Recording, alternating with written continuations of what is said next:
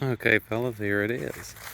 Mahindra Roxor 2022 All Weather model. Now, I just want to make a quick video because I got mine and I had an issue with the heat. If y'all do want me to do a review or overview of the model, just leave it in the comments. But for now, I just wanted to go over with the heat issue that I had. Hopefully it helps a lot of y'all out. It seems like it's in either most or all of the all-weather models. And what the issue is inside of it, they get these units from Vintage Air. And like most units, aftermarket or factory, when you get a heater coil, most of these things, if you can see it up in there, see if I can get it with the cameras, y'all, sorry about this. I'll get some light on it for you. There it is, right there. Inside them copper lines in the heater core, when you get them, they come with rubber plugs. They are on the inside, so you can slide the hose over it, which seems to be what Mahindra did. Now, the rest of this vehicle is built very, very solid. So I'm kind of disappointed in that, only because the rest of the vehicle is built so solid. I kind of expected some issues with the other parts of the vehicle, but built great, solid. Kind of makes me wonder about other side-by-sides with the price of this starting base model at 19. How come a side-by-side starts out around the same price? And it's kind of like a rail buggy with plastic. Don't get me wrong, they meet their point. I do mostly 80% on-road, some trail riding and things like that. So I got a Kawasaki Teryx, then went to a Honda Talon, and both of them was a little noisy on the road, so I rode this and immediately fell in love with it. So that was the issue I had. I can get to it from the inside without dropping the unit. It was a pain in the butt.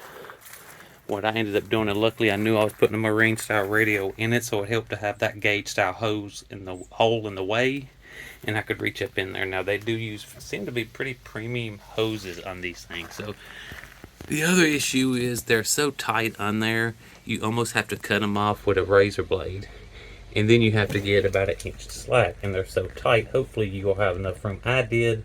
Some people said they did not.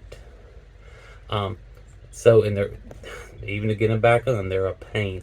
Now, what I was having an idea, if I had the time to do it, is the old CJ style dashboard glove box from Tuffy. You literally just cut a hole in that opening there and just mount it right in from the outside. That would give you a huge area to actually access some lines. I'm sure the service manual tells you to drop the unit. Maybe easier, but that unit is bolted in there very well. Took the plugs out, topped off the antifreeze, and now plenty of heat.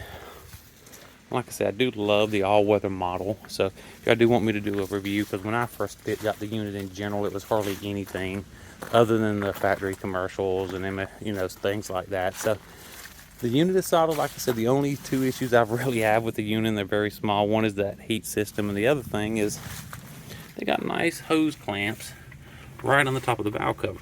I was wondering what the clamps were for, then I realized the original hoses for the heater, for the water pump, literally just went in there and came back around.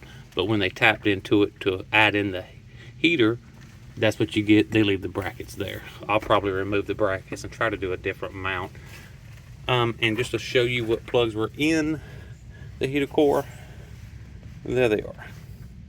One at each side, and it is pressurized, so when you pull them out, you need one of those pliers or something, but when you pull them out, it is under a little pressure. Will give you a big hiss. Probably be surprised about it. Well, that's it for now. I hope this helps y'all out. Let me know what y'all think. Thanks.